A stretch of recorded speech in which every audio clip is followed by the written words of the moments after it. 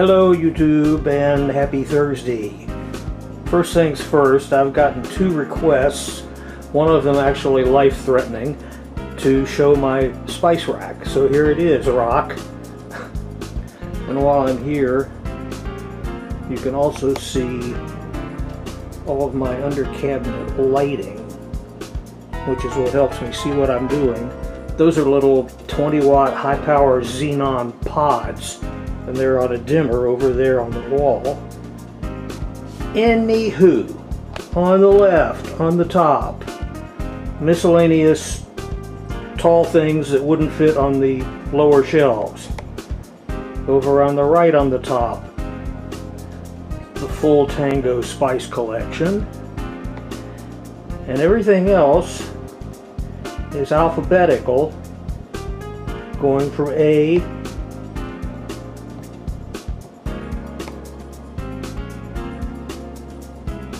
to W. The last one is some wolf rub that I just made up.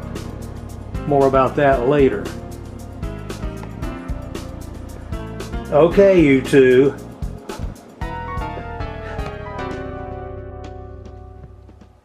Now, my main reason for doing this is to show off the loot that I won for getting second place in JB's cooking contest.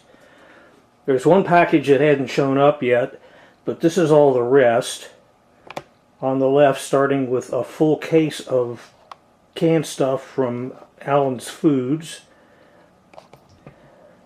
In the middle is a surprise package from Joe, Have to Fish 8780, who wasn't even supposed to be sending prizes. That was a real surprise. Then there's a shipment of spices and interesting stuff from the Tango Spice Company.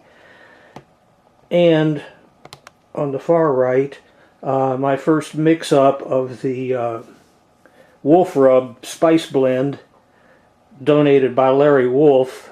He used to make this and sell it commercially, but he stopped. But he still has the recipes for the rubs available, and that's what's on the printed sheet below it. Now for a closer look, there's a full case, 24 cans of an assortment of Allen's products. All of them look real interesting. I haven't tried any yet. In fact, I was waiting to do this video before I started ripping into them. And then from Tango Joe of Tango Spice Company, 5 of his world famous spice blends and a couple of other products he threw in from the Long Island area where he lives.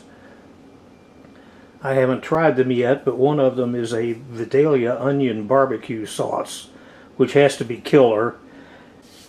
And the other is a jalapeno peach jam, which looks real interesting. Thirdly, the recipes from Larry Wolf for his world-famous barbecue rubs. I've already made up a batch of the original. I haven't gotten to the other 2 yet. I can't show you the recipes because if I did, I'd have to kill you.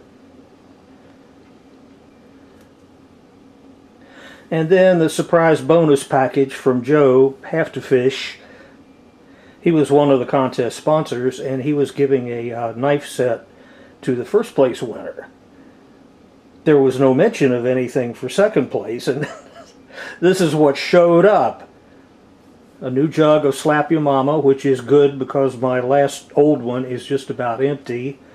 A couple of local seasonings and dressings from the area where he lives, and some Slap Your Mama fish fried mix, which I'm anxious to try, and a RoboStir, which is something that I have lusted for ever since I saw JB show his off.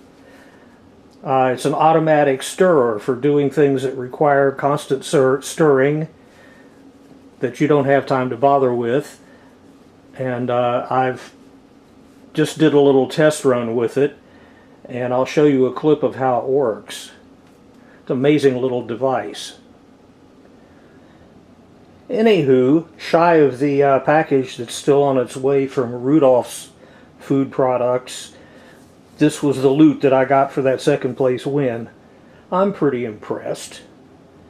And I thank JB and all the sponsors for making this all work, putting it all together, and for making it a really fun contest.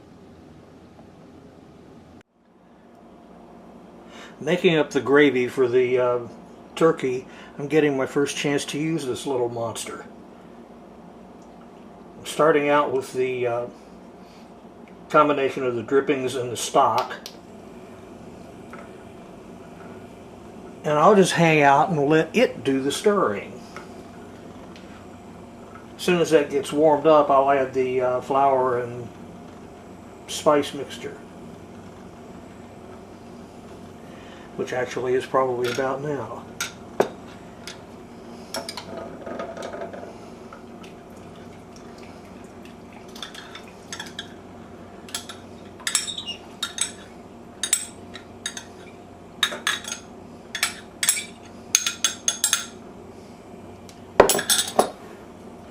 And theoretically, I don't have to do a thing except drink beer.